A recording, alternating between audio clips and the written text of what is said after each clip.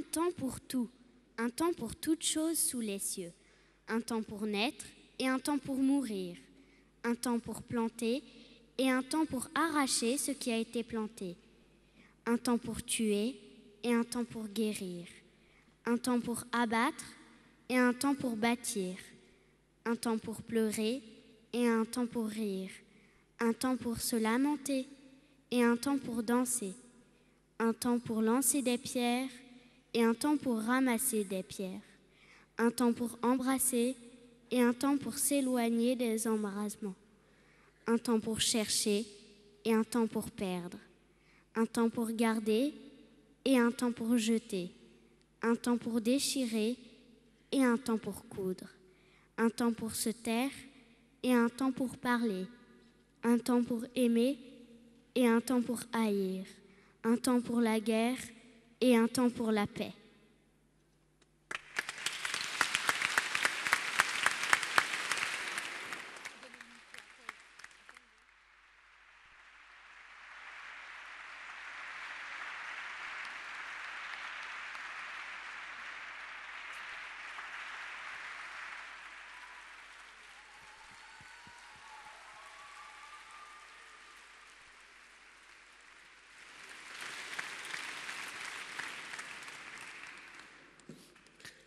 Bonsoir, belle lecture de l'Ecclésiaste par Marion et très belle introduction au thème de notre rencontre, votre rencontre ce soir avec Elie Wiesel.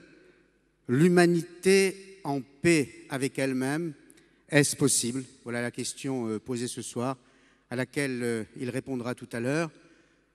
Quand Sylvain Kern m'a proposé d'animer cette rencontre, j'ai évidemment aussitôt accepté, honoré à l'idée d'être avec vous ce soir, parmi vous ce soir, aux côtés du prix Nobel de la paix. Mais je n'ai pas pu m'empêcher de me poser la question, suis-je le bon modérateur?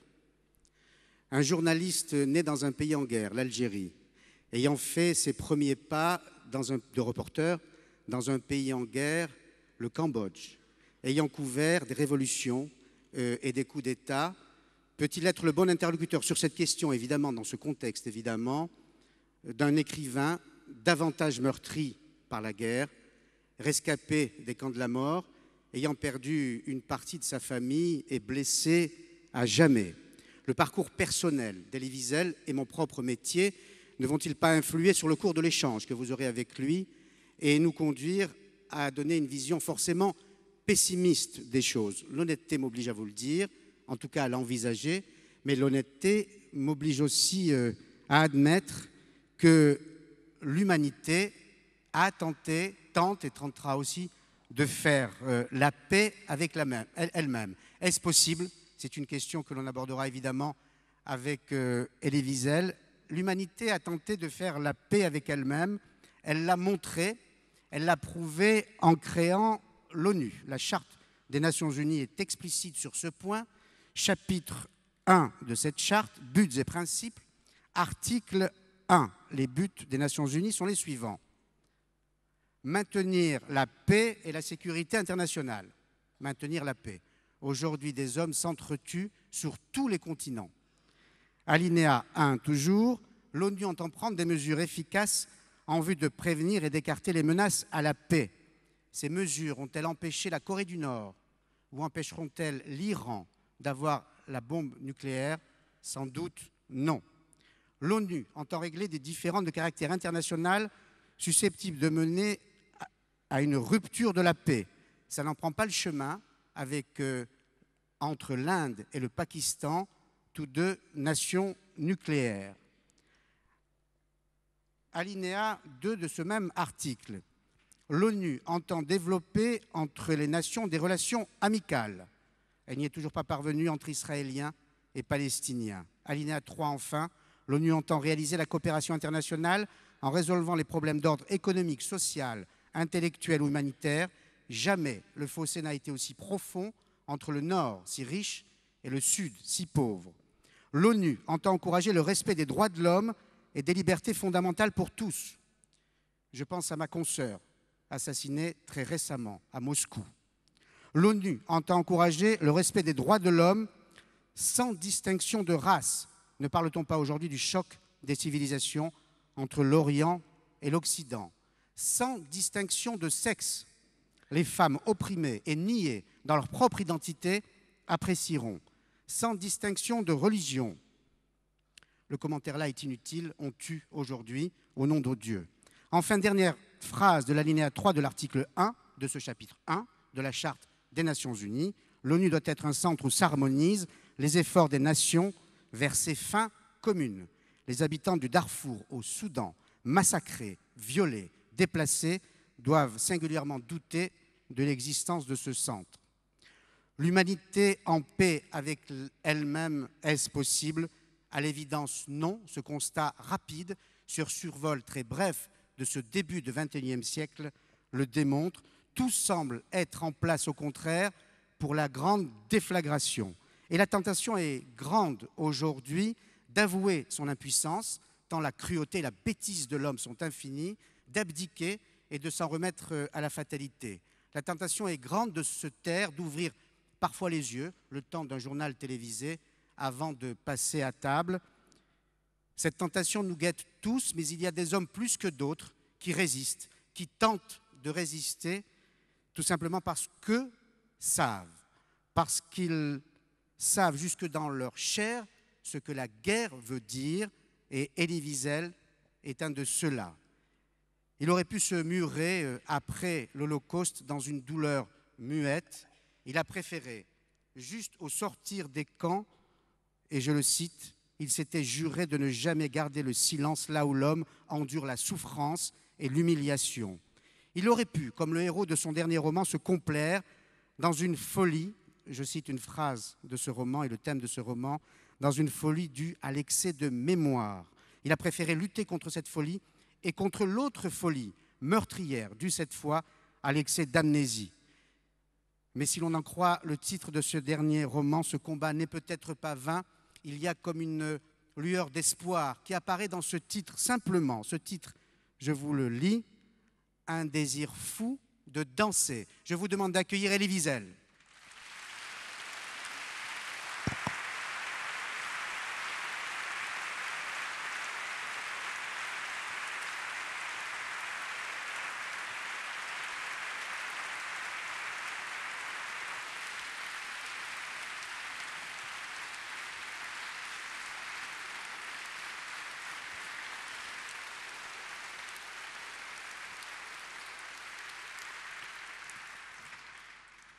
Bonsoir Elie Wiesel, bienvenue.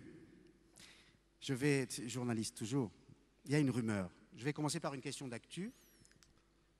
On l'aborde tout de suite, pour ensuite évidemment aborder le thème qui vous intéresse, le thème de la paix. Il y a une rumeur qui court depuis 3 jours.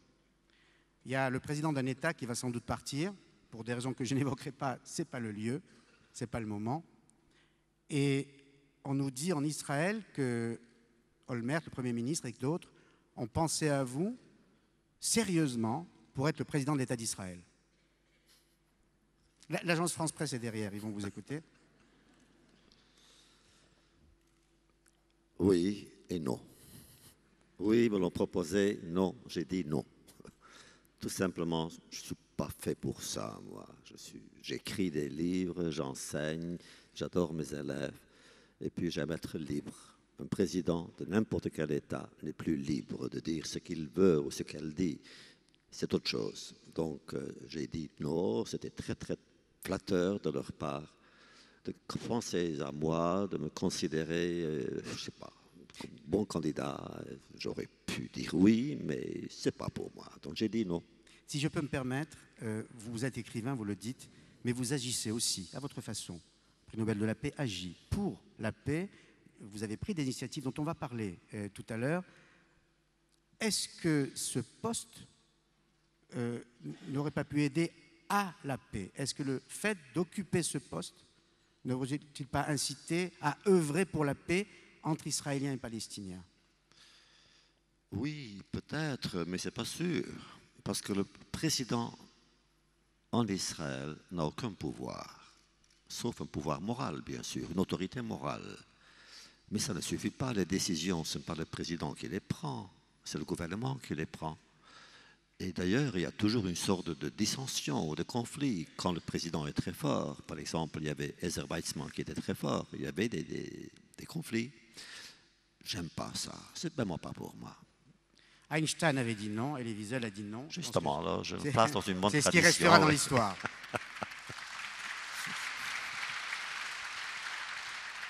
J'ai dit vous agissez pour la paix. J'ai cité l'exemple du Darfour récemment avec l'acteur Georges Clooney. Vous êtes allé devant le Conseil de sécurité pour l'ONU pour leur demander d'agir et on vous a répondu?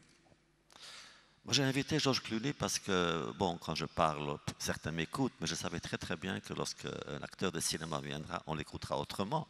Alors, il est venu avec moi, et c'était extraordinaire d'ailleurs. Les ambassadeurs m'écoutaient, moi, mais il y avait des centaines de secrétaires qui étaient là uniquement pour lui. J'étais jaloux comme tout. Mais est-ce que, bon, il y avait quand même, nous avons demandé deux choses. Premièrement, c'était que le président Bush envoie un émissaire, un envoyé présidentiel au Soudan. Ça a été fait. On a demandé aussi que l'armée de l'Union africaine reste, parce qu'elle allait partir le 30 septembre. Si elle était partie, ça aurait signifié 100 000 morts tout de suite, le premier mois. Or, grâce à nous, à notre intervention, elle est toujours là. Jusqu'à la fin de l'année, je pense qu'il y aura autre chose aussi. Mais en tout cas, nous avons essayé de sensibiliser un peu l'opinion et ça a marché. Pas assez, bien sûr. Vous avez dit récemment, on n'a pas tiré les leçons du XXe siècle. Est-ce que sur ce point précis, d'après ce que vous nous dites à l'instant, on est en train de tirer les leçons du Rwanda? Le Rwanda, c'était une honte. Je vous dirai comment je suis devenu impliqué dans l'affaire du Soudan. L'an 2000, le président Clinton avait invité à la Maison-Blanche de prononcer ce qu'il appelait le discours du millénaire. Et j'ai choisi comme titre « Les périls de l'indifférence ». Donc j'ai parlé de l'indifférence. Quand j'ai terminé, il y avait une jeune femme qui s'est levée en disant « Professeur Wiesel, vous parlez de l'indifférence, moi je suis du Rwanda ». Et s'est assise. Je me suis tourné vers le président à ma côté. Je me suis dit, le président, vous répondez à cette question, pas moi. Car vous savez parfaitement bien que nous aurions pu sauver de 600 000 à 800 000 hommes, femmes et enfants au Rwanda. On ne l'a pas fait. Pourquoi pas? Clinton, homme sincère, rougit et il m'a dit, Elie, vous avez raison. C'est pourquoi je suis allé, moi, au Rwanda, pour demander pardon en mon propre nom et au nom de mon pays. Mais je vous promets que cela ne se reproduira plus. Bon. Le lendemain, téléphone d'une délégation sudanaise à Washington, à la tête de laquelle il y avait un évêque. Il tenait à me voir. Ils sont venus me voir. J'ai dit, qu'est-ce que je peux faire pour vous? Et il me dit, vous êtes maintenant le gardien d'une promesse présidentielle. Aidez-nous. C'est ainsi que je me suis lancé dans l'affaire du Soudan et aussi, bien sûr, pour Darfour. On est au cœur du sujet ce soir. Au sortir des camps, vous étiez, malgré la douleur, ou à cause de la douleur, relativement confiant. Vous vous étiez dit, il n'y aura plus jamais, plus jamais. Et ça s'est reproduit. Le Rwanda, le Darfour et d'autres drames. Comment expliquez-vous? J'ai dit bêtise tout à l'heure, le mot est faible. Vous citez Nietzsche dans le roman que vous avez écrit sur l'homme, le meilleur ennemi de l'homme. Comment expliquez-vous ces drames reproduits à l'infini malgré la Première Guerre mondiale, malgré la Seconde Guerre mondiale? Je pense que le monde n'a pas appris la leçon, malheureusement. Et parfois, je me le dis, je me le reproche moi-même, peut-être, nous, qui avons survécu, aurions dû parler autrement. Peut-être n'avons pas su trouver les mots. Autrement dit, je me culpabilise moi-même en disant peut-être c'est notre faute, notre faiblesse. Parce que si nous avions vraiment raconté ce qu'il fallait raconter, le monde aurait été meilleur. Il n'est pas meilleur, pas du tout. Je pense qu'au XXe, nous sommes entrés dans un nouveau siècle et déjà, il est en danger. qui aurait pu croire, vraiment, qui aurait pu croire que de ma vie, moi je devrais combattre l'antisémitisme encore. J'étais convaincu que l'antisémitisme était mort avec ses victimes à Auschwitz. Les victimes ont péri, l'antisémitisme se porte bien plutôt, un peu partout dans le monde. Alors comment expliquer ça? Si Auschwitz n'a pas su guérir l'humanité de ce mal, comment la guérir? Merci Élie, je ne voudrais pas donc monopoliser la parole. Donc là maintenant, je vous passe en quelque sorte le micro. Et vous pouvez poser vos premières questions. Je crois que certains étudiants ont préparé déjà des questions, donc allez-y.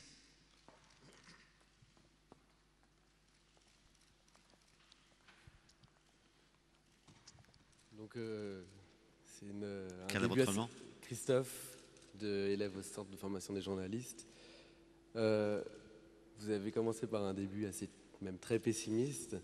Est-ce que, au sortir de la guerre, au sortir de la Deuxième Guerre mondiale, l'Union européenne a permis une réconciliation qui était inimaginable, l'idée d'Europe. L'Allemagne est devenue en 50 ans le premier partenaire de la France. Et est-ce que cet exemple peut donner un peu espoir? Est-ce qu'on peut imaginer d'autres réconciliations? On évoquait tout à l'heure l'Inde et le Pakistan. Est-ce qu'un jour ce sera possible? Ou même au Proche-Orient, d'autres réconciliations qui pour l'instant semblent inimaginables? Pardon. Vous avez entendu? Mal. Donc notre ami étudiant posait la question de la réconciliation entre la France et l'Allemagne. Est-ce qu'on peut imaginer d'autres réconciliations de même type aujourd'hui? Est-ce que ça peut servir d'exemple? Soyons honnêtes et francs, certaines choses se sont produites qui sont très très bonnes. Plus de colonialisme, plus d'impérialisme, plus de fascisme, plus de communisme. Donc des choses se sont passées quand même. Quant à la réconciliation franco-allemande, moi je trouve que c'est un magnifique exemple. Pour quelques kilomètres, disons avant 1945, des centaines d'hommes et de femmes français ou allemands se s'étaient fait tuer. Maintenant, on passe la frontière sans passeport, sans visa. Et moi, je suis convaincu, je peux jurer là-dessus, jurer, que jamais plus il n'y aura une guerre entre la France et l'Allemagne. Bravo. Donc, l'exemple est là. Réconciliation entre qui? Israéliens, Palestiniens, je suis sûr que ça viendra. Moi, on parlera peut-être sans doute de ça plus tard. Mais parfois, il m'arrive que l'étudiant me pose la question, est-ce que vous pardonnez aux Allemands? Et moi, je dis, personne ne m'a autorisé à parler au nom de mon peuple ou des victimes. Je parle peut-être au nom de moi-même, de mes personnages, ou certains de mes amis. Et c'est tout. Et pourtant, j'ai dit, le problème, c'est que l'Allemagne n'a jamais demandé, en fait, qu'on lui pardonne. Or, là encore, en l'an 2000, j'étais invité en Allemagne, à Berlin, pour prononcer un discours d'ouverture du Parlement à Berlin. Et j'ai parlé donc, j'ai dit ce que je pensais devoir dire. Et à la fin, je me suis tourné vers le président, qui était là. Je dit, Monsieur le Président, l'Allemagne a fait beaucoup de choses magnifiques pour Israël, sur le plan politique, économique et même militaire. Et aussi pour les victimes, compensation, restitution, pas assez peut-être, mais quand même vous avez fait beaucoup de choses. Il y a une chose que vous n'avez pas faite encore. Vous n'avez pas demandé au peuple juif de pardonner au peuple allemand. Pourquoi ne le feriez-vous pas? C'est tout. 1 semaine plus tard, coïncidence, je ne sais pas. 1 semaine plus tard, il a pris l'avion, il est allé à Jérusalem, il a parlé au Parlement et officiellement à la Knesset, il a demandé pardon au peuple juif. Donc ça arrive. Moi je pense que des moments miraculeux, que j'appelle moi messianiques, sont possibles. Malgré tout ce que vous avez dit, Paul, tout à l'heure, bien sûr, mais c'est possible. L'humanité peut faire appel à ce qui est le plus noble en elle-même, dans sa mémoire, même dans ses ambitions, pour vivre en paix avec elle-même. C'est possible. Comment y arriver? Voilà la question. Une autre question?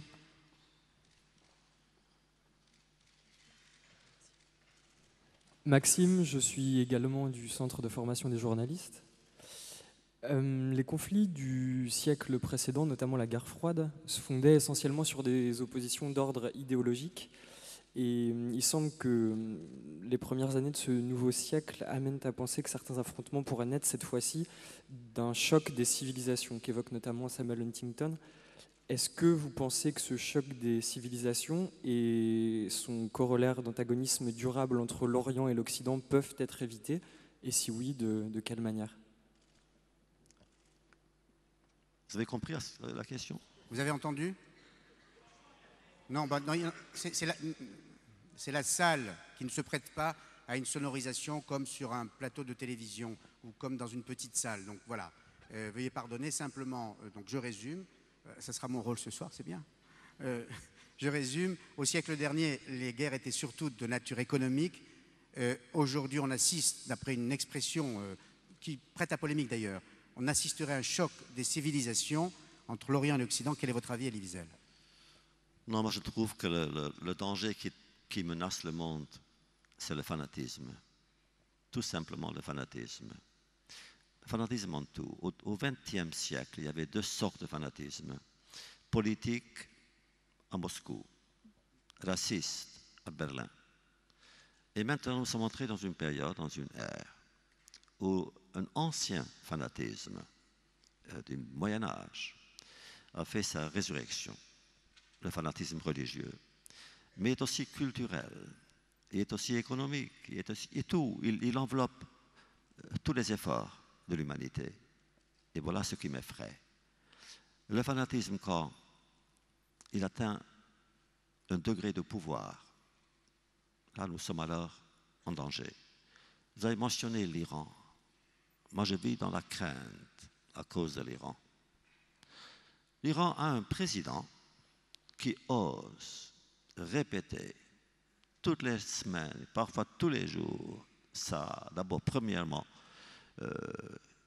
son dessein, c'est un négationniste, c'est le négationniste numéro 1 du monde, et deuxièmement, qui va tout simplement anéantir l'État d'Israël, ou symboliquement. 6 millions de Juifs vivent aujourd'hui, 6 millions. Et lui, tout simplement, il va les anéantir. Et je me demande où est la protestation du monde. Alors moi, je mène une campagne, c'est vrai, je mène une campagne. Je dis premièrement, il faudrait qu'on le déclare persona non grata. C'est un monsieur qui devrait être considéré indésirable partout où des hommes et des femmes veulent vivre en paix, tout simplement. Pire que ça et mieux que ça, il faudrait exclure l'Iran des Nations Unies tant qu'il est président. Parce que la Charte des Nations Unies que vous avez invoquée, Paul, interdit à un membre des Nations Unies de considérer le génocide ou la tentative ou la possibilité du génocide à l'égard d'un autre membre des Nations Unies. Or, Israël est encore membre des Nations Unies, comme l'est l'Iran. Il faudrait exclure l'Iran. Voilà ce qui m'effraie. Il y a un fanatisme là-bas qui est très dangereux. Pas plus tard qu'hier, le président iranien a demandé à l'Europe d'abandonner Israël. Je cite ses propos. Sinon, le propos était d'ailleurs assez menaçant, compte tenu du contexte géopolitique là-bas et de la prudence de l'Europe. Qu'en pensez-vous? Moi, je pense que l'Europe, traditionnellement, devrait être du côté d'Israël, parce que du côté du peuple menacé, l'Iran n'a jamais été menacé par Israël. C'est l'Iran qui menace Israël. Donc il faudrait certainement prendre le côté d'Israël. Une autre question? Alors ne mettez pas le micro trop près de la bouche. Je pense qu'on peut régler le problème de la sonorisation de cette façon. Donc Anne-Laure Faubert, Sciences Po. En fait, j'en profite pour rebondir sur ce que vous venez de dire, parce que lorsque la paix est instaurée depuis plusieurs générations, comme en Europe en ce moment, elle semble définitivement acquise et donc les hommes sont moins conscients de sa valeur. C'est pour ça que, par exemple, ils pourraient être plus gentils, entre guillemets, avec l'Iran. Et que peut-on faire donc pour remédier à ce dangereux paradoxe du fait que quand on est en paix, on est moins conscient de sa valeur? Merci. Moi-même, j'entends peu. Vous imaginez? Moi-même, j'entends peu. Oui, oui, oui. Et s'il te plaît, articule. D'accord, je vais recommencer. Voilà. C'est Alors, bon. je te plais un peu Plus près, on se lentement, connaît. soyez gentil, plus lentement. Voilà, plus lentement. Oui. D'accord. Donc en fait, je rebondis sur votre question, sur le fait que vous remarquez que l'Iran a demandé à l'Europe d'abandonner Israël. Et je dirais que le paradoxe de l'Europe à l'heure actuelle, c'est que la paix est instaurée depuis plusieurs générations en Europe, que donc elle est acquise pour les Européens et que donc ils sont moins conscients de la valeur de la paix. Et j'aimerais savoir quelles sont pour vous les propositions qu'on peut faire pour que les Européens redeviennent conscients de la valeur de la paix. Vous savez, moi j'habite l'Amérique, j'enseigne en Amérique, donc j'écris, je vis en Amérique, mais je viens en France très souvent, je suis très proche de la France car ma langue d'expression est le français, donc je me considère comme faisant partie de la culture française en tant que juif et en tant qu'américain, mais en tout cas, c'est quand même c'est ma culture. En Europe, il y a des sortes de convulsions qui souvent s'agitent dans son histoire. Et parfois, ce sont des convulsions qui renversent les valeurs, dans un pays ou dans un autre. Conclusion hâtive peut-être, mais l'Europe, pour l'instant, est un exemple de bonheur entre les peuples. Je sens qu'il y a très peu d'antagonisme entre les nations aujourd'hui qui font partie de l'Europe. Est-ce pour des raisons économiques? Prenez l'Irlande, par exemple. L'Irlande était le pays le plus pauvre d'Europe. Maintenant, c'est le plus riche d'Europe. Et c'est bon. Et ça n'a pas encore résolu le problème de la guerre. Il y a toujours cette guerre religieuse en Irlande. Ce n'est pas fini, mais c'est mieux qu'avant. Prenez maintenant l'Europe de l'Est. Il y a 10 ans, moi j'étais en Bosnie. Et il y a 10 ans, c'était pas seulement la guerre du Rwanda, le génocide du Rwanda, c'était aussi la guerre en Bosnie. Et Kosovo, Sarajevo, ça s'est calmé. Avant, il y avait des grands conflits idéologiques, religieux, ethniques entre la Grèce et la Turquie. Ces conflits se sont calmés.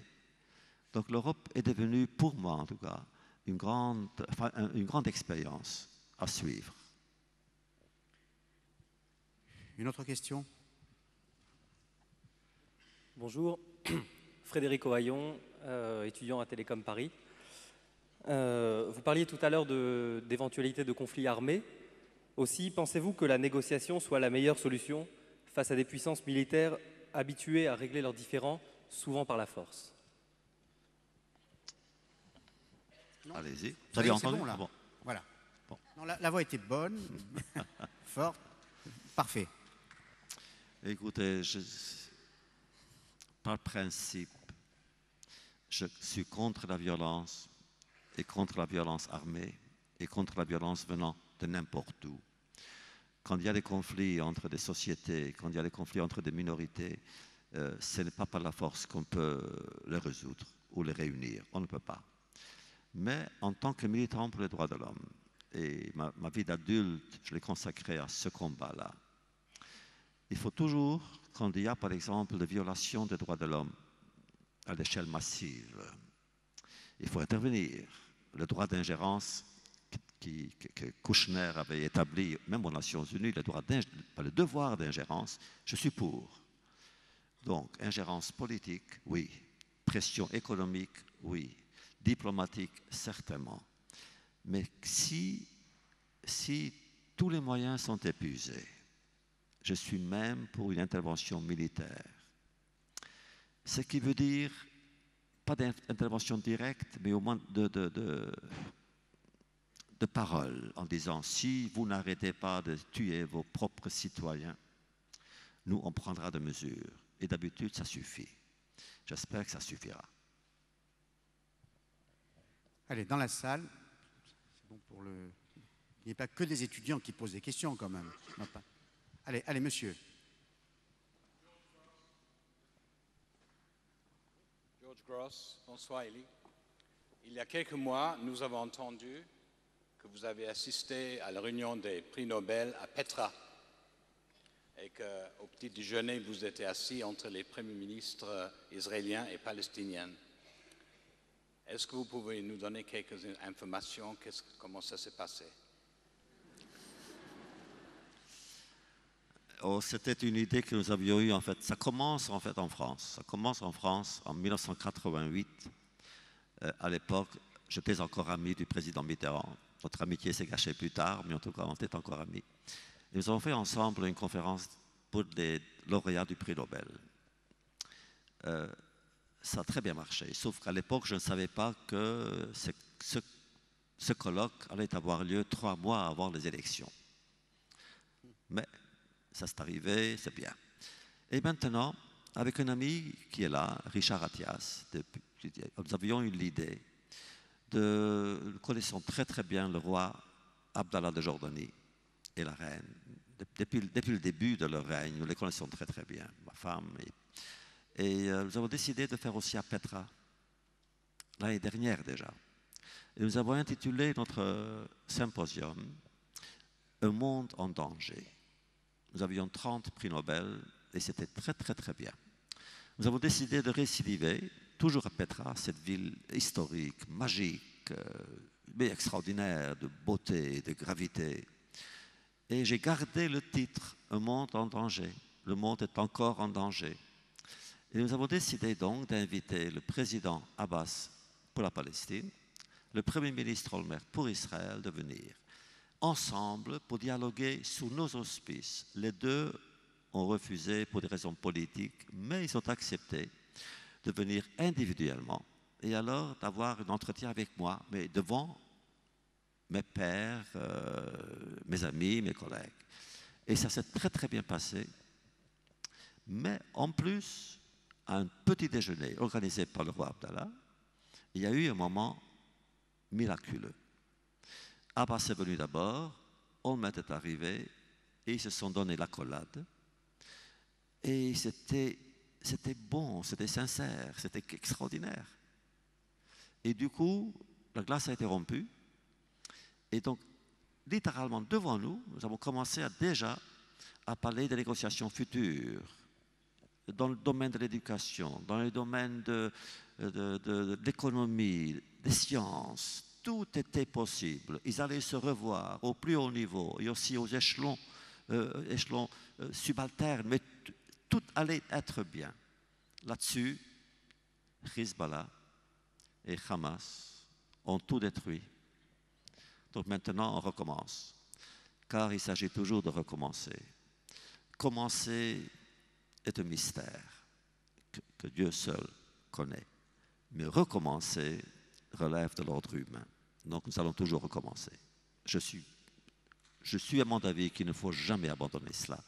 Il faut faire venir ceux qui se battent ou qui envoient les autres à se battre, les réunir pour rêver de paix ensemble.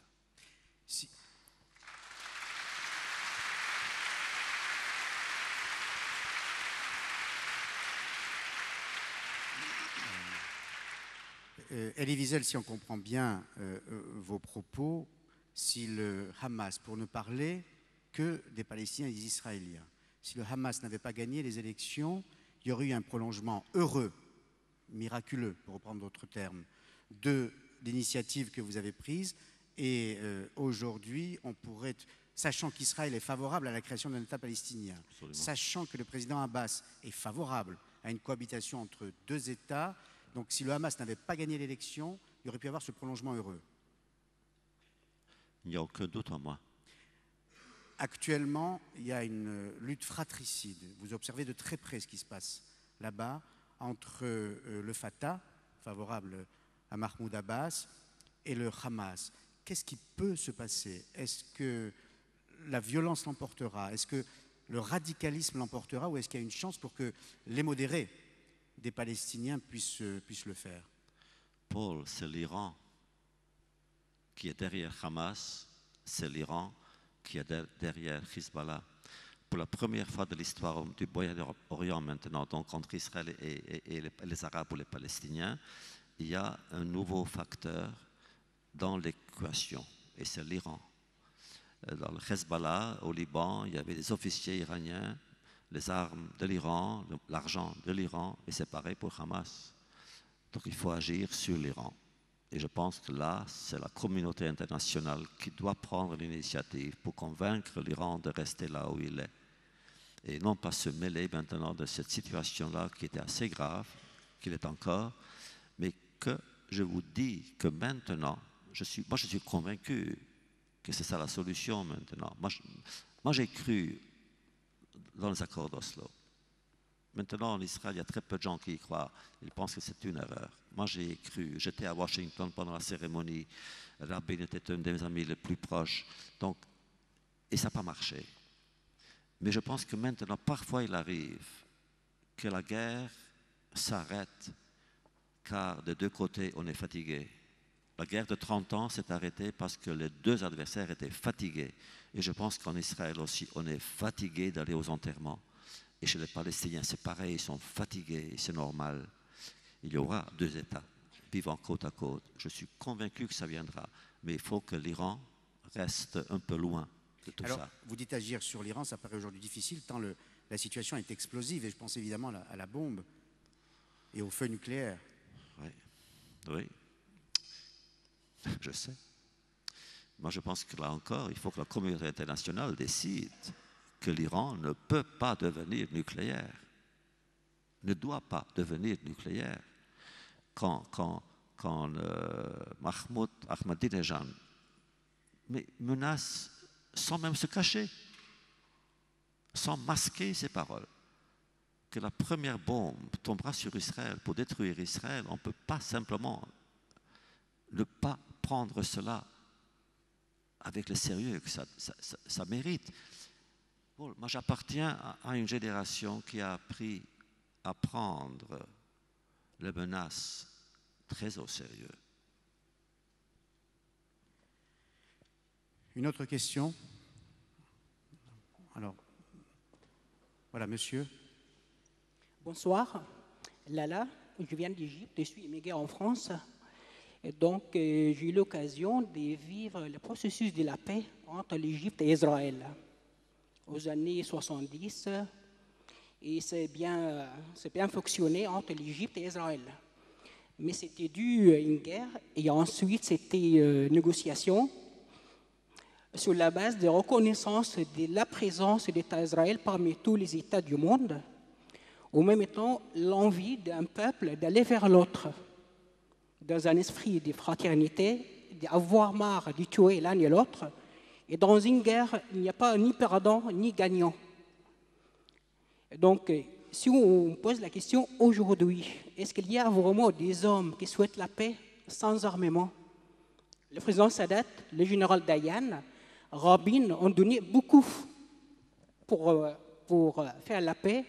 De concessions sont formés leur peuple pour qu'il accepte cette force, cette unité de humanité, en fait. Quand on fait une guerre, un peuple contre l'autre, je vais tuer mon voisin, ou bien mon voisin va me tuer. Il n'y a pas de gagnant ni perdant. Tout le monde est perdant. Bon, la question aujourd'hui qui se pose est est-ce qu'il y a vraiment sur la planète qui cherche de faire la paix sans armement? Mais je trouve qu'il n'y a pas suffisamment une culture qui va donner l'accès vers la paix. Les presses sont très loin, les hommes intellectuels sont absents, la critique. Et donc tout ça, ça donne les terrains vides pour les extrémistes qui s'installent pour manipuler les peuples de tout le monde entier. Et donc, j'aimerais bien savoir, est-ce qu'il y a une possibilité d'avoir une culture de la paix à diffuser sur les presses mondiales, calmer le feu dans le cœur, dans l'esprit des gens, parce qu'ils ont marre de vivre à l'ambiance de la paix. Au même temps, ce qu'on présente à tout le monde aujourd'hui, c'est la consommation, la séduction. Il n'y a pas une vraie culture mondiale, républicaine, droit de l'homme, comme il y a 10, 15, 20, 30 ans. Donc je trouve qu'il y a vraiment un vide intellectuel, il y a un vide d'une culture mondiale qu'on parle de la paix, hein, tout juste les Nations Unies, le grand pays qui parle, qui s'impose, mais sans communiquer suffisamment au petit peuple, ou bien le grand peuple. Donc ce qui est souhaitable aujourd'hui, d'avoir une communication pour diffuser une culture de la paix. Je m'arrête là. Merci. Merci beaucoup.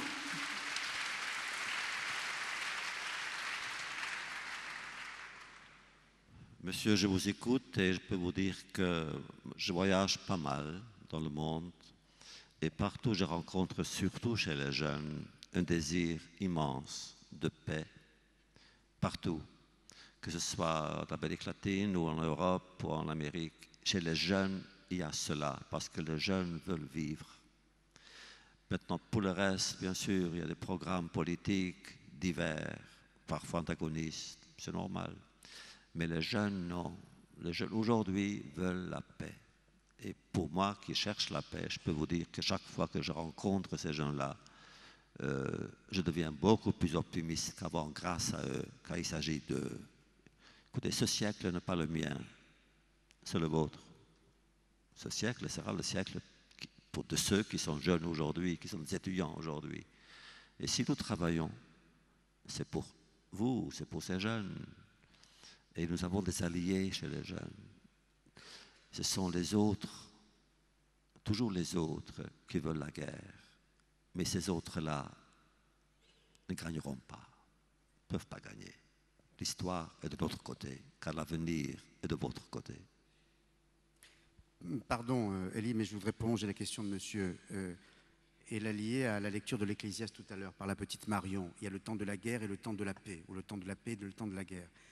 Et je comprends la remarque de monsieur, pour ne parler que de la France, des intellectuels, qui autrefois se battaient pour savoir qui était le plus nouveau philosophe des deux, et qui aujourd'hui s'affrontent différemment. Il y a une tension extrême, par exemple, entre les intellectuels. Et j'ai l'impression qu'on est dans le temps de la confrontation, non pas du débat d'idées, qui a toujours alimenté forcément cette tribu-là, et qui nous a alimentés en idées.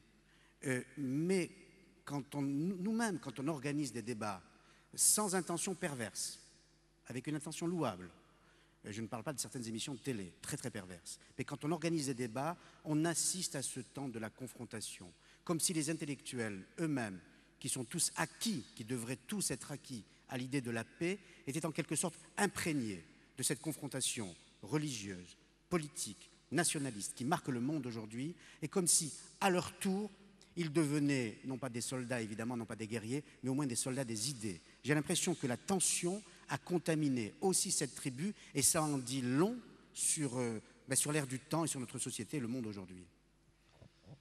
Bon, ça me désole, ça m'attriste, parce que, bon, là encore, franchement et sincèrement, je ne me rends pas compte de cette situation-là, parce que je n'habite pas ici. Moi, je vis loin, très très loin. Bien sûr, il y a la télévision aujourd'hui, il y a les journaux, l'information est instantanée. Mais je ne le sens pas, de loin, je ne peux pas le voir. Donc je ne sais même pas de qui vous parlez, à ce point-là. J'imagine qu'il y a des noms, mais je ne les connais pas, donc je n'ai aucune idée de ce que vous dites. Voilà. Vous nous donnez des infos, mais je vous en donnerai juste après, sur les intellectuels. Alors allez-y, madame.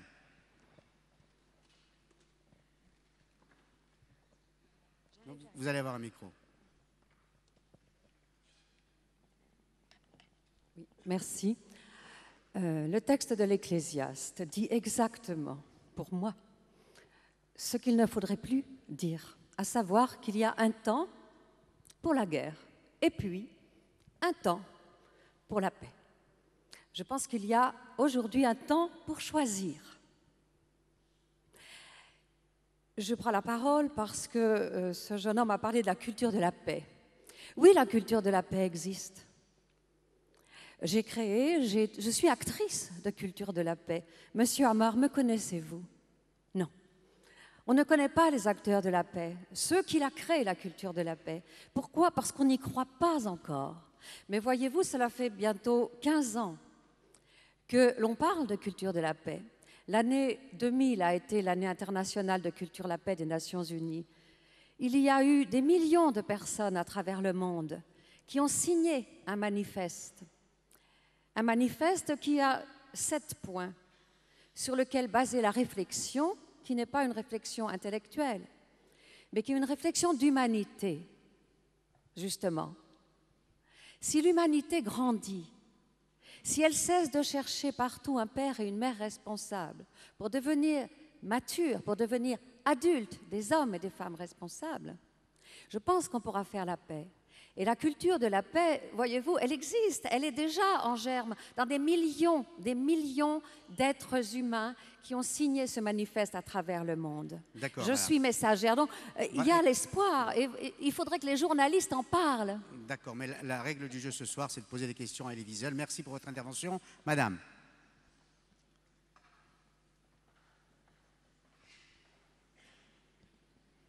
On n'a pas encore utilisé la phrase de mon président Bush, la guerre préemptive. Donc je veux savoir où vous voyez cette nouvelle théorie américaine de l'approche vers la paix et la guerre. C'est qu'ils ont le droit maintenant de commencer les guerres s'ils se sont menacés. Est-ce que pour vous, ça pose des gros problèmes vis-à-vis de la paix mondiale? Je ne suis pas pour les guerres préventives. Point. Un point, c'est tout. Je ne suis pas pour les guerres. Un point, c'est tout. Mais quand même, vous avez mentionné avant vous l'Ecclésiaste. J'adore l'Ecclésiaste. Moi, j'adore tous ces textes anciens. Mais vous savez, il faut savoir le lire. Il n'y a pas de ponctuation. Quand moi je lis, j'ai introduit un point d'interrogation. Par exemple, il est un temps d'aimer. Point. Là, je dis, est-il un temps d'haïr? Ce n'est pas dedans, mais moi j'y mets. Je ne dis pas qu'il est aussi un temps de haïr. Je suis contre la haine. Là, il n'y a rien à faire. Je suis contre la haine. Et je dis que dans la Bible, on ne trouve pas cela. Il n'y a jamais, rarement est-il écrit, il faut haïr ton ennemi. Même pas. Il n'est pas écrit, il faut aimer. Nous ne sommes pas chrétiens. Il ne faut pas aimer l'ennemi. Mais ce n'est pas écrit, il faut haïr. Mais il y a deux verbes dans ce texte-là qui est extraordinaire, qui dit, il est un temps de se lamenter, il est un temps de danser. Ceux qui connaissent l'hébreu, vous savez que ces deux-là sont écrits différemment. Il manque ce qu'on appelle un lamet. Ah, là c'est presque dire, il est un temps lamenter, il est un temps danser. Le A, l'adverbe manque. Ça veut dire, disait le grand maître, le fondateur du chassidisme, parfois il arrive que le temps lui-même se lamente. Et parfois il arrive que le temps lui-même se met à danser. Alors j'espère bien sûr que le temps où nous vivons commencera à danser.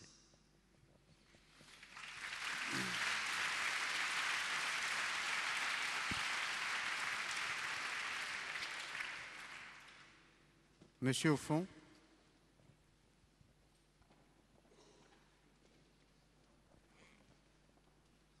Bonsoir professeur, merci pour les paroles que vous venez de prononcer. Moi je suis chrétien et je suis très inquiet aujourd'hui. En fait j'ai un peu peur parce qu'on m'a appris dans la Bible qu'il y avait plein de bonnes choses et en fait on se bataille beaucoup pour l'islam, l'islamisme, les intégristes, tout le danger entre guillemets, double cote qui est autour. Alors quel message vous pourriez nous donner ce soir pour qu'on n'ait pas peur ? Je pense que nous avons commis une erreur, une lacune, il y a des années de cela.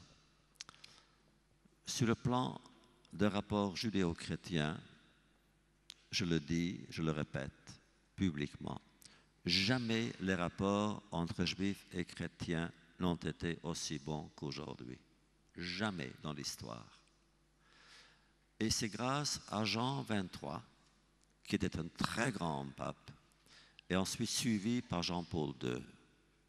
Jean XXIII a ouvert l'Église et cette ouverture était féconde pour les deux religions. Et tout de suite, il y a eu le mouvement œcuménique où prêtres et pasteurs et rabbins se réunissaient régulièrement pour étudier ensemble, pour signer des pétitions ensemble, en tout cas pour créer des liens, pour bâtir des ponts entre les deux religions. Nous avons oublié le troisième partenaire. On a oublié l'islam, le troisième monothéisme. Et c'est une erreur. Nous aurions dû déjà alors, donc dans les années 60, partout où prêtres et rabbins se rencontraient, il aurait dû y avoir aussi un cadi ou un cheikh, en tout cas un savant ou un professeur d'études islamistes. On aurait dû le faire. Est-ce trop tard? J'espère que non. Mais je peux vous dire, monsieur, que l'expérience de ma vie m'a enseigné en tout cas, que lorsque nous posons une question essentielle, quelle que soit la réponse, l'éducation doit être sa composante majeure.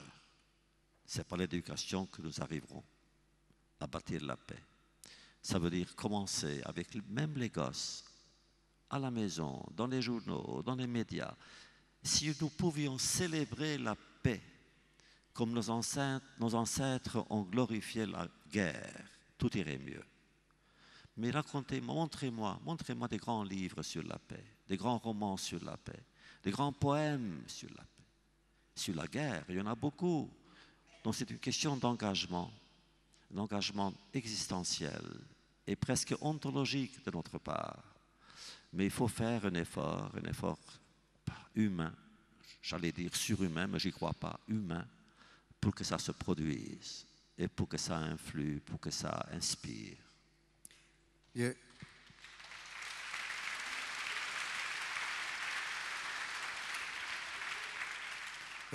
Elie Wiesel, je pense que nos amis ont bien entendu la réponse que vous avez apportée à la question de monsieur sur la peur qui se répand dans toutes les sociétés occidentales notamment. Votre réponse, elle est pertinente sur l'absent, dans cette grande réconciliation, sur l'absent musulman. Mais est-ce qu'elle n'est pas un peu partielle? S'il y a cette peur palpable aujourd'hui, fondée sur des faits précis, un médecin qui se fait agresser dans une maternité à Paris, un professeur qui est obligé de se cacher parce qu'il a eu un propos très polémique sur l'islam. S'il y a cette peur, c'est parce que manifestement, le politique s'est emparé du religieux et instrumentalise le religieux. Donc je ne suis pas sûr qu'il faille rester au stade simplement de l'explication religieuse pour, tenter de comprendre cette peur et surtout tenter de la combattre. Et j'ai bien peur que l'homme de paix que vous êtes, ce soit insuffisant. Que le politique aussi doit donner cette réponse, qu'on ne peut pas se contenter de la réponse de l'écrivain et de l'homme de paix. Et souvent, le politique est singulièrement absent. Ou bien il instrumentalise à son tour, je pense aux politiques occidentales évidemment, à des fins électorales, ou bien il se tait. Et je trouve pour le coup, j'ai évoqué tout à l'heure les intellectuels qui sont dans la confrontation, parce qu'eux s'expriment. Je pense à ces politiques qui souvent se taisent sur cette peur-là, quand ils ne l'instrumentalisent pas. Est-ce que vous en êtes conscient? Oui, bien sûr. Comment peut-on vivre aujourd'hui sans être au contact de cette peur? Il y a une peur. Mais il faut combattre cette peur. Comment combattre la peur? Par l'amitié. Simplement créer l'amitié. D'abord dans nos cercles, dans nos propres cercles, et ensuite le cercle s'élargisse. Mais l'amitié, vous savez, c'est une célébration extraordinaire. On oublie tout d'un coup l'amitié. On parle beaucoup d'amour, à tort parfois. On oublie l'amitié.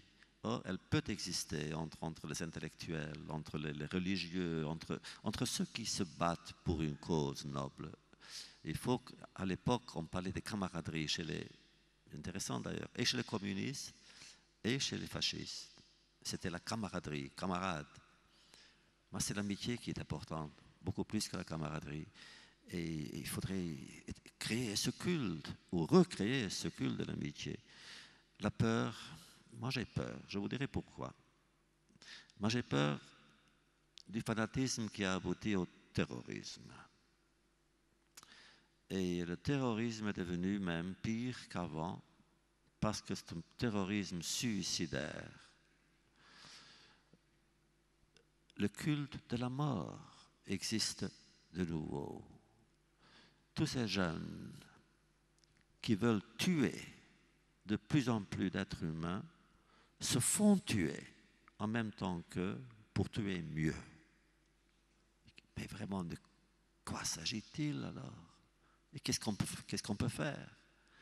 Autrefois, les guerres mettaient en danger seulement les armées qui s'affrontaient. Ensuite, c'était déjà aussi les civils à l'arrière. Ensuite, on bombardait les villes. Deuxième Guerre mondiale. Maintenant, le front est partout. Chaque rue devient un front. Chaque bus un champ de bataille. Mais où va-t-on?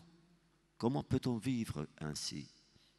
On a conditionné maintenant la société, on a conditionné à accepter la peur. Il y a 20 ans, si quelqu'un, en prenant l'avion, si quelqu'un osait ouvrir ma valise, j'étais furieux.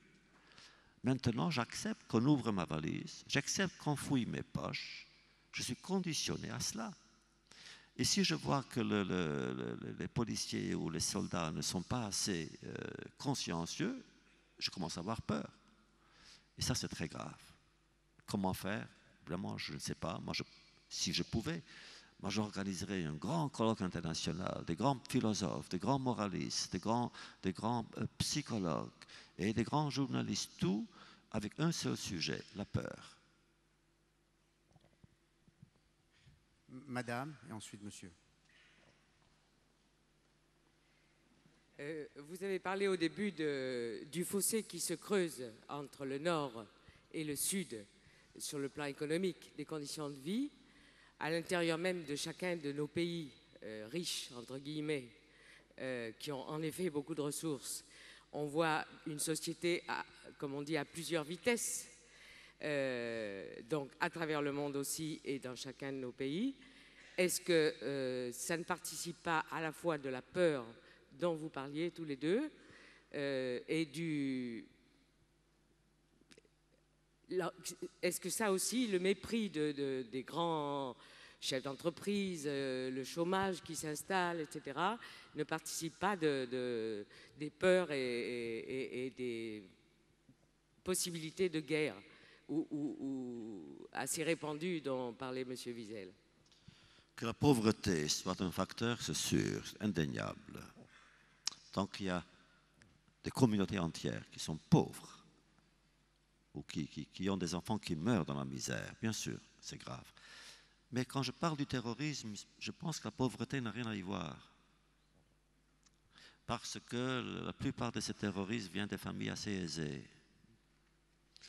Donc ce n'est pas ça, c'est autre chose maintenant. Cela ne veut pas dire, ça ne devrait pas dire que nous avons le droit d'ignorer ou de faire abstraction de tous ceux qui sont pauvres. Au contraire, je pense que jamais auparavant, cette nécessité d'abolir la pauvreté, autant que possible, cette nécessité, c'est un impératif de l'histoire. Et d'ailleurs, je pense qu'on le fait. Je vous donnerai un exemple. Il y a quelques semaines ou quelques mois, l'homme le plus riche d'Amérique, les deux hommes les plus riches d'Amérique, Warren Buffett et Bill Gates, ont décidé simplement de donner tout ce qu'ils ont gagné, donc à peu près, je pense, 40 milliards de dollars aux pauvres. Bravo. C'est un exemple. Pourquoi? Parce que, en plus de la pauvreté est humiliante.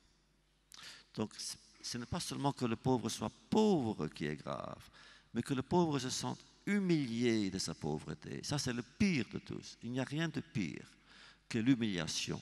C'est l'humiliation qui condamne une société. Donc, oui, bien sûr, je suis pour ça,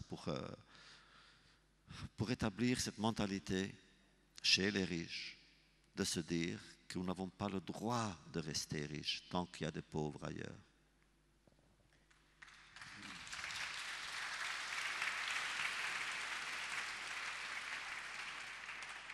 Oui, monsieur. Bonsoir. Je suis Benjamin Aptan, je suis président de l'Union des étudiants juifs de France et je suis accompagné ce soir de l'ensemble des présidents des sections locales de l'UEJF de toute la France, puisqu'on les a réunis en séminaire qui porte le nom de Elie Wiesel et qui porte sur le thème de la responsabilité. Donc je suis très heureux qu'on puisse vous rencontrer ce soir. Monsieur Wiesel, je connais votre engagement sur les grandes questions internationales. L'année dernière, vous nous avez apporté votre soutien lorsqu'on a voulu organiser notre voyage au Rwanda pour faire dialoguer les mémoires, pour lutter contre la concurrence des mémoires, qui est pour nous un nouveau racisme.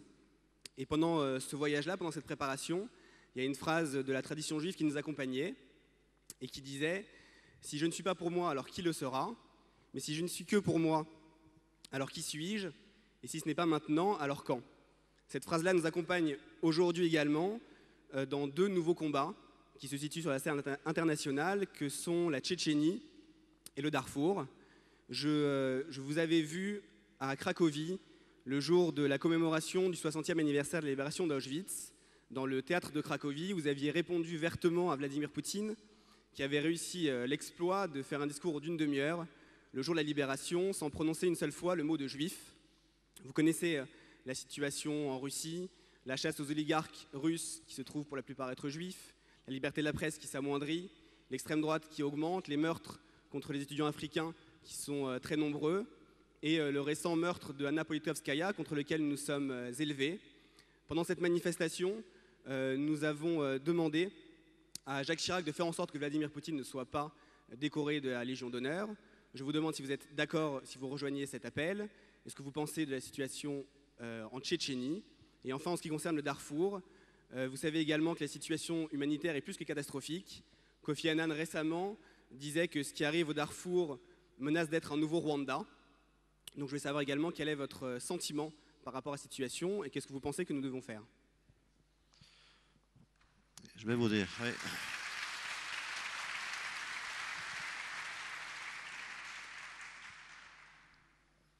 Peut-être j'appartiens à une minorité, mais moi, je n'ai pas confiance en Poutine. Je ne sais pas, il y a quelque chose qui me gêne en Poutine.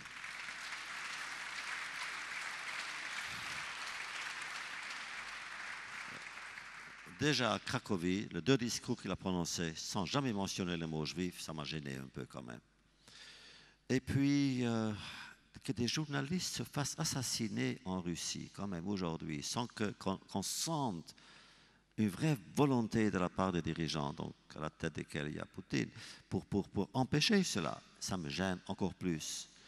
Et cette Anna Politkovskaya, c'était une femme courageuse, une héroïne, mais se faire assassiner uniquement parce qu'elle dénonçait ce que la Russie faisait en Tchétchénie, non, il faut absolument protester contre cela. Il faut honorer sa mémoire en protestant justement, en protestant, et il faut le faire de toutes les manières possibles. Je ne sais pas, vous dites qu'on va décorer Poutine de la Légion d'honneur, je ne savais pas. C'est fait. Oui, enfin l'intention est exprimée. Simplement une information sur ce point, il y a un sommet en Finlande qui éclaire votre propos d'ailleurs en ce moment, aux réunions entre les 25 et Poutine. Une question a été posée à Jacques Chirac sur cette Légion d'honneur pour s'étonner qu'une Légion d'honneur lui soit remise.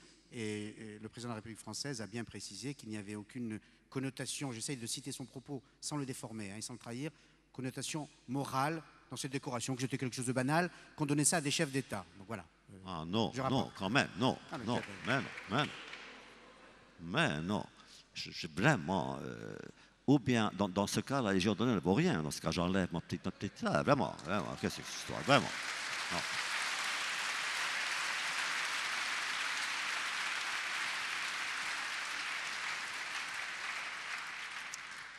Donc, écoutez, vous savez très très bien de mon engagement avec le UGF, toujours depuis des années, je continue. Donc, vous pouvez toujours compter sur moi pour être avec vous, de vos côtés, toujours.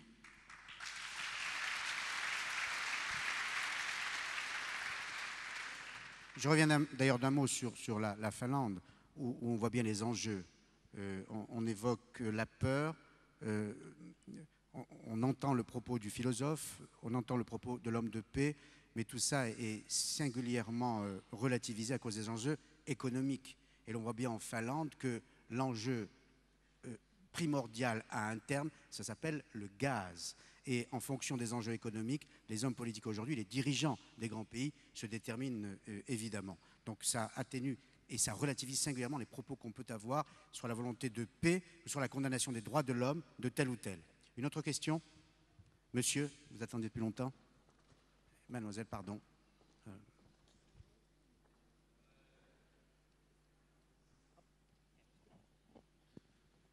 Merci.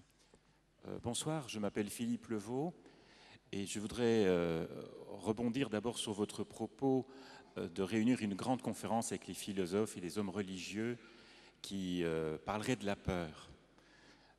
À mon sens, c'est une suggestion que je vous fais, ça serait peut-être plus fort de parler de la confiance et des moyens d'éliminer ce qui génère cette peur.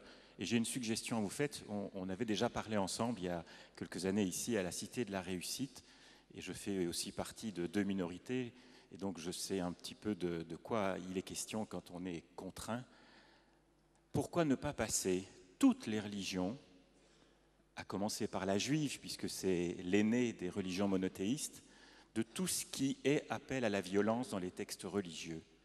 Et l'autorité que vous avez, la réputation que vous avez, et le fait aussi que vous venez de refuser d'être le président d'Israël pour vous consacrer à l'enseignement, à l'éducation, ce qui nous manque le plus sur cette terre, de leur demander à ces hommes d'oser cette, si je pouvais donner cette image, bombe atomique intellectuelle, donc bombe de la paix, de détruire dans nos textes religieux au crible des droits de l'homme ce qui fait appel à la violence.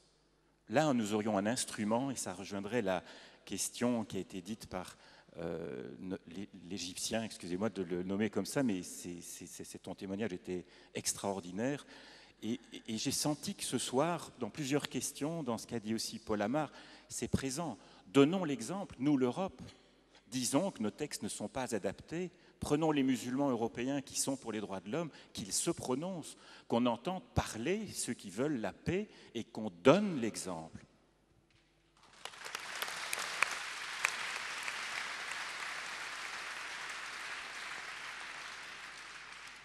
Je suis tout à fait pour, mais absolument, je pense que là, il faudrait réunir des grands sages et pour décider.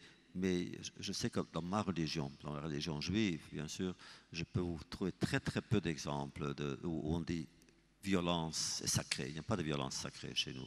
Chez nous, c'est le temps qui est sacré, seulement le temps. Le temps peut-être, mais pas la violence, pas les actes ne devraient pas être sacrés.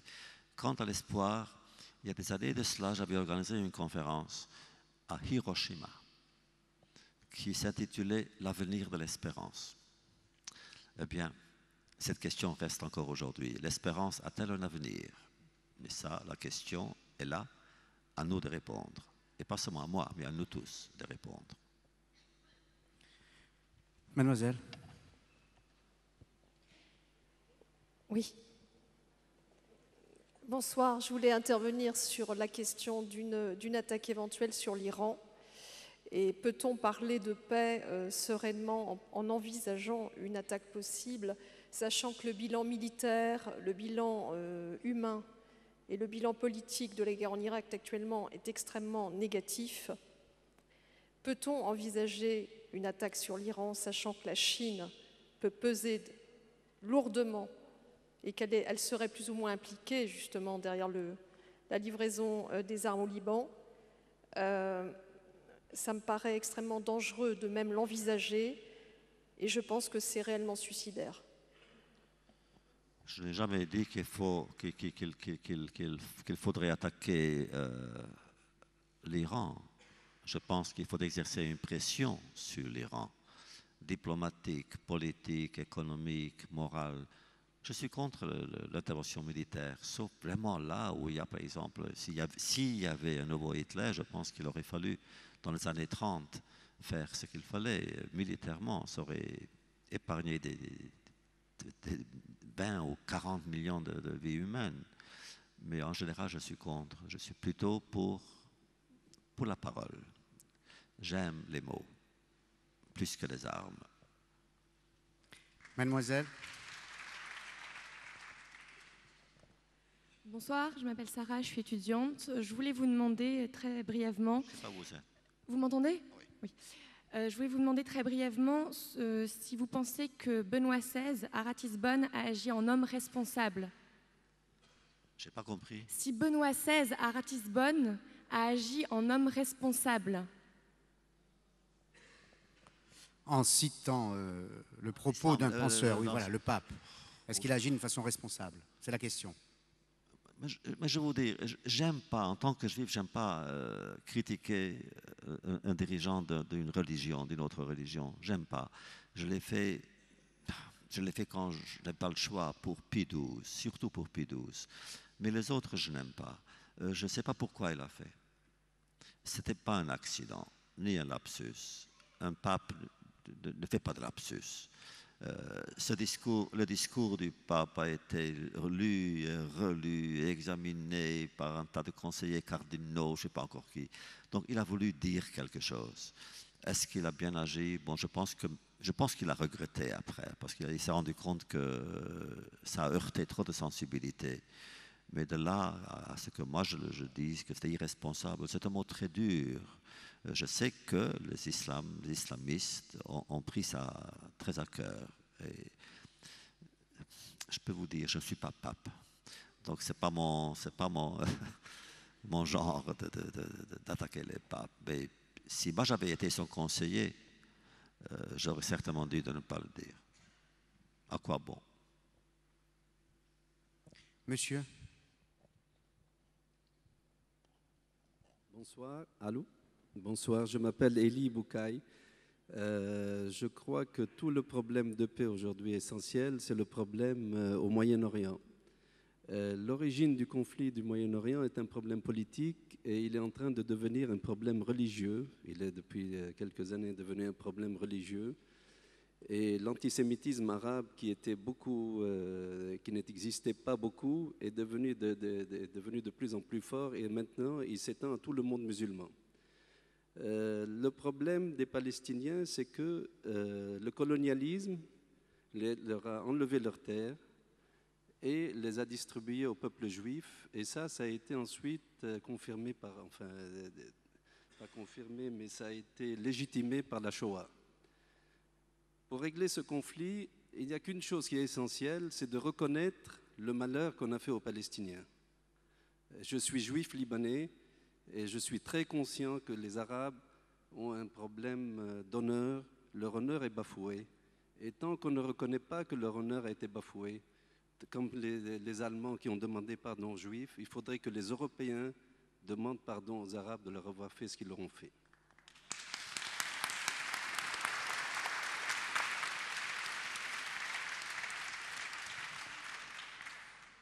Allez-y, ça fait ça. Allez-y. Mais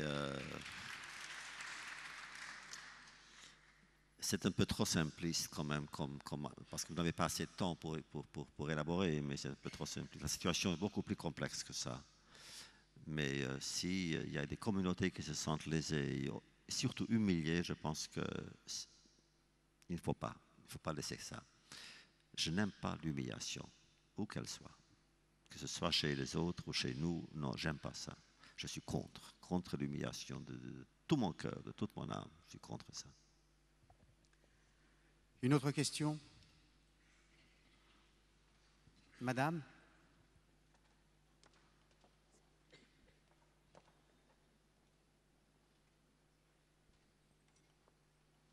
Monsieur Wiesel, est-ce que vous pourriez nous parler de... Pardon, plus fort, s'il vous plaît.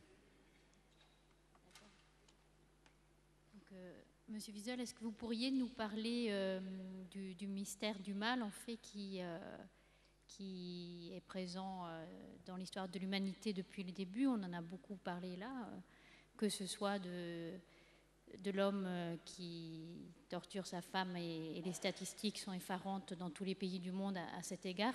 J'ai du mal à comprendre, c'est quelque chose d'assez incompréhensible comme le mal en général, ou les crimes collectifs que vous avez évoqués. Et le cynisme de nos dirigeants qui, comme on l'a dit, ne condamnent que très mollement, par exemple, celui de Poutine, mais ce n'est qu'un exemple. Et également, j'aurais aimé vous entendre sur une question assez corrélée, assez proche. Pendant très longtemps, quand je pensais aux nazis, je pensais que c'était des barbares, des gens qui n'étaient pas des êtres humains, qui n'appartenaient pas à la catégorie comme la mienne ou comme la nôtre. Et j'ai fini par peut-être comprendre que, en réalité, ils nous montraient un visage de nous-mêmes et de notre humanité. Et donc j'aurais bien aimé vous entendre là-dessus, et puis aussi sur, ça vous l'avez déjà dit, mais peut-être ça fait toujours du bien de l'entendre aussi, sur comment nous pouvons, chacun d'entre nous aussi, prendre le parti du bien, et que c'est quotidien et même plusieurs fois par jour qu'on a des choix à faire. voilà, puisque vos paroles nous font du bien, voilà.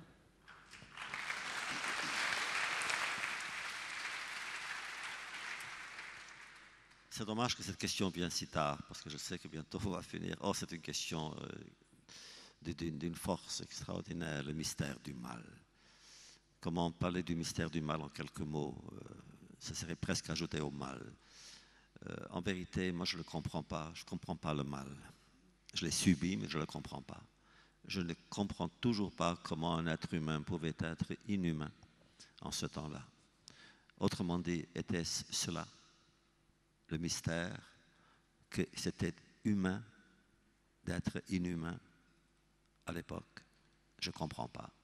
Comment est-ce possible que des hommes, et certaines femmes, mais surtout des hommes, avec des diplômes des universités les plus prestigieuses du monde, aient pu donc commettre ce genre de crime contre l'humanité, contre ce qui est le plus tendre dans l'âme humaine? Je ne comprends pas. C'est pourquoi, dans mes livres, dans mes romans, par exemple, je ne peux jamais introduire un personnage, disons, des SS. Je ne peux pas. Je ne peux pas dire « je » à sa place. Moi, je parle des victimes, oui. Quand je parle des victimes, je peux dire « je ». Mais je ne peux pas dire « je » quand c'est un assassin d'enfants. C'est le mystère. Et surtout, pour quelqu'un qui croit en Dieu, qui est religieux, il se demande « et Dieu là-dedans ?» C'est une question aussi vieille que l'humanité, que la pensée religieuse ou théologique. Et Dieu là-dedans? Comment est-ce possible? Si Dieu existe, puisqu'il existe, voici, puisqu'il existe, comment expliquer ce mystère du mal? Et surtout quand le mal est puissant, et surtout quand le mal est séduisant. Le mal a pu séduire des millions d'êtres humains, des millions dans le monde entier. Comment expliquer ça? Alors moi, je préfère aussi laisser cette question ouverte, comme une blessure peut-être sur la mémoire de Dieu, et aussi me pencher sur le mystère du bien. Après tout, qu'il y ait eu pendant cette guerre, pendant la plus atroce des guerres, qu'il y ait eu donc des hommes et des femmes que nous, chez les Juifs, nous appelons les justes des nations. Oui, c'est ça le mystère. Comment ont-ils pu? Moi, j'avais organisé une conférence une fois à Washington là-dessus. J'avais fait venir ceux qui ont sauvé des vies humaines. Et parfois, j'ai même réussi à leur montrer les personnes qu'elles avaient sauvées. Mais j'ai dit, comment est-ce que vous avez fait ça? Comment pouvez-vous être si brave, si héroïque? Et ces gens-là disaient d'habitude, mais non, tu n'es pas des héros. Qu'est-ce que vous... Mais bon, il n'y a pas d'héroïsme. Il y a une vieille femme me disait, j'ai vu un enfant courir dans la rue, comment pouvais-je ne pas lui ouvrir la porte? Simple, tellement simple. Donc le mystère du bien vaut celui du mal. Et les deux restent inépuisables, car obscurs, mais l'un beau et l'autre plutôt laid. Merci beaucoup, Elie Wiesel.